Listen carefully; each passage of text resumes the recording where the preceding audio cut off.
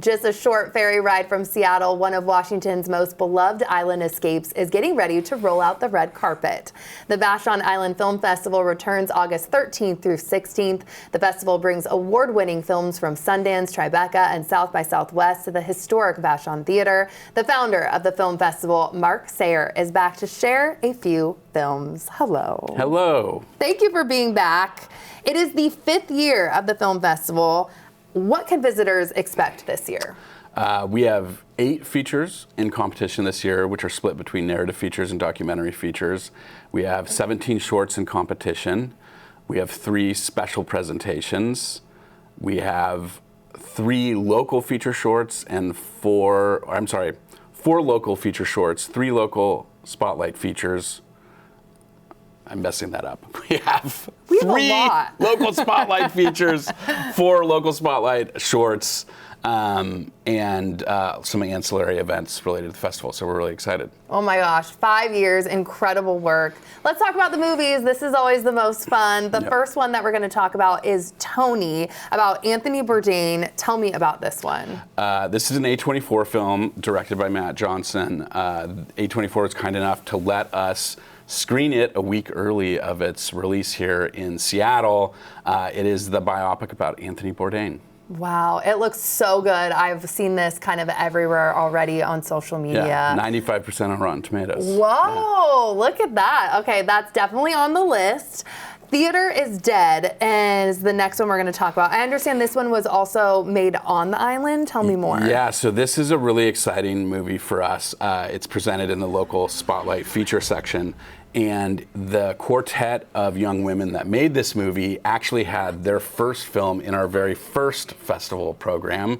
They fell in love with the island. They returned to make a bigger movie that they shot entirely on Vashon, and we're giving it its local premiere here. What is this one about? This one looks cool. So it's a very campy horror film about a young woman that signs up for a play that is being directed by Shane West's character, who's a kind of villain that I don't want to spoil. You don't want to spoil. It for you. Yeah. All right, fair enough. We're going to go to our third movie then, The Life We Leave.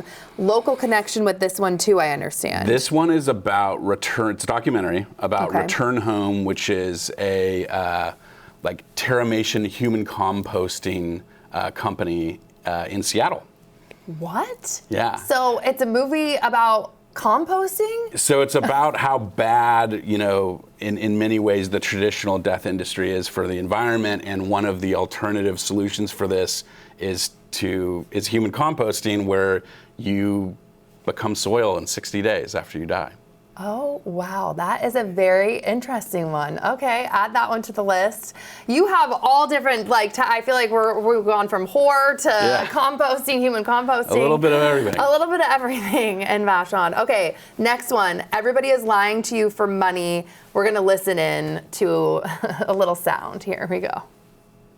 Cryptocurrency. It's pretty stupid. No balls, right? You might recognize Ben McKenzie from the OC. He's been a critic of the cryptocurrency industry. To understand my journey into cryptocurrency, we have to go back.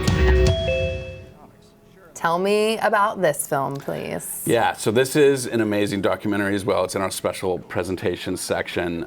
Ben has really become the voice of the anti-crypto movement. People will remember Ben McKenzie, by the way, as one of the stars of the OC and Gotham.